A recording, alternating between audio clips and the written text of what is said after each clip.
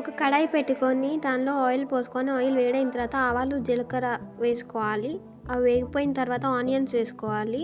Onions వేసుకొని onions కూడా వేయించుకోవాలి. వేయించుకున్న తర్వాత చిన్నగా తరుక్కున్న పొటాటో పీసెస్ అనేవి మనము బాండలో వేసుకోవాలి. కొంచెం సాల్ట్ వేసుకోవాలి. తర్వాత 1.5 స్పూన్ సాల్ట్ అనేది వేసుకోవాలి. ఇప్పుడు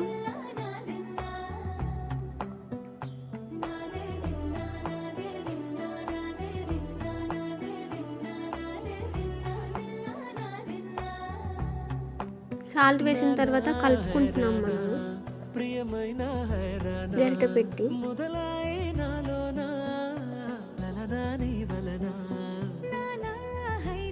బాగా ఉడకబెట్టుకోవాలన్నమాట. సిమ్లో పెట్టుకొని ఉడకబెట్టుకోవాలి. పెద్ద మంట పెడితే మాడిపోతాయి. ఉడికిపోయిన తర్వాత నేను ఇక్కడ బెండకాయలు వేసాను. బెండకాయలు కొంచెం ఉడికిపోయిన తర్వాత పసుపు వేసేసి టమాటాలు వేసాను. టమాటాలకి కొంచెం సాల్ట్ వేసాను. టమాటాలు కూడా ఉడికిపోయిన తర్వాత నేను ఇక్కడ చిల్లీ పౌడర్ వేస్తున్నాను. చిల్లీ పౌడర్ వేసిన తర్వాత మనము గరిటెతో కలిపెట్టకూడదు. కలిపెట్టకుండా అట్లానే మూత పెట్టి ఉడికించుకోవాలి.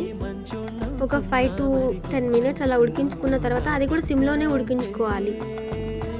ఉడికిపోయిన తర్వాత ధనియాల పౌడర్ వేస్తున్నాను నేను ఇక్కడ.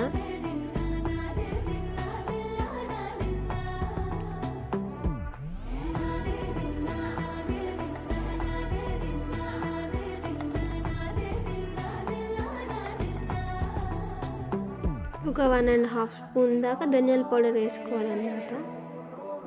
తర్వాత గరం మసాలా వేసాను ఇక్కడ కొంచెం.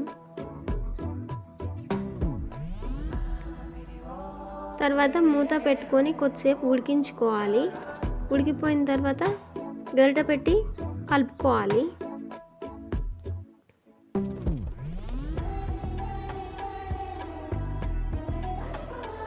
కొంచెం కొత్తిమీర వేసుకున్నాను.